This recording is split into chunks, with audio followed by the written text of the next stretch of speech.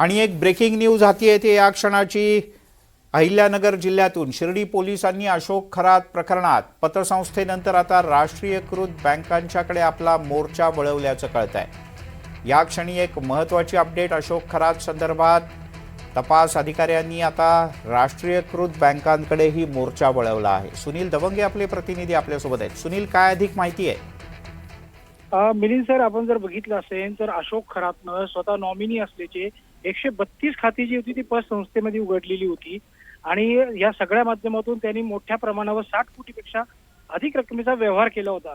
मात्र त्याचबरोबर शिर्डीमध्ये जो त्यांनी 4 एकरचा भूखंड खरेदी केला होता आणि त्यासाठी 5,52,00,000 रुपयाची जी रक्कम होती त्यांनी ती अधिकृतरित्या आपल्या दोन्ही नॅशनल खाते जे आहेत अकाउंट त्यातून ती अदा केलेली होती। म्हणजे ज्याच्याकडनं खरेदी केली त्याला ती रक्कम त्यांनी नॅशनलाइज बँकेतून, राष्ट्रीयकृत बँकेतून दिली होती। म्हणजे बँक ऑफ बडोदा मुसळगाव शाखा आणि union bank of India Nashik अशा दोन्ही खात्यामध्ये कल्पना खरात आणि अशोक खरातची जी खाती आहेत त्यातून ही 5,52,00,000 रुपये दिलेली होते।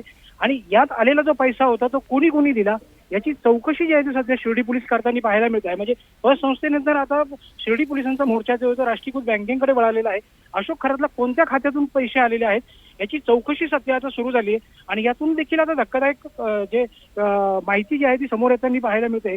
तर या दोन्ही खात्यातून जवळपास 20 कोटी रुपयांचा व्यवहार जो आहे तो झालेला आहे आणि त्याच दरम्यान 5,52,00,000 रुपये त्यांनी जो शेतकऱ्याकडनं जमीन घेतलेली होती त्याला ते अदा केले आणि नंतर सावकारकीच्या माध्यमातून ते परत नेल्याचा देखील आरोप जो होता रावसाहेब गोंदकर जो शेतकरी होता त्याने केला होता। म्हणजे एकंदरीत जर म्हटलं तर आता राष्ट्रीयकृत बँकेतले ज्यांचे व्यवहार झालेले म्हणजे त्यामध्ये दीपक लोंढे असेल त्याला देखील या ठिकाणी बोलवलेलं आहे। एक देशमुख दाम्पत्य आहे नाशिकचं त्यांना देखील या ठिकाणी बोलवलेलं आहे। आणखीन एक शेतकरी आहे त्याला प्लॉट घेऊन देतो म्हणून त्याच्याकडनं 85,00,000 रुपये जे घेतलेले होते त्याला देखील या ठिकाणी बोलले। म्हणजे शिर्डी पोलीस आता राष्ट्रीयकृत बँकेच्या अकाउंटमध्ये अशोक खरातला कोणी पैसे दिलेले आहेत याची सुद्धा चौकशी करताना या ठिकाणी दिसून येत आहे।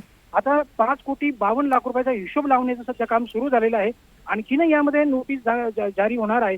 म्हणजे ज्याच पद्धतीने जर बघितलं तर परिवहन खात्यातील 2 अधिकारी आहेत त्यांची देखील नावं यामध्ये समोर येताना पाहायला मिळत आहे।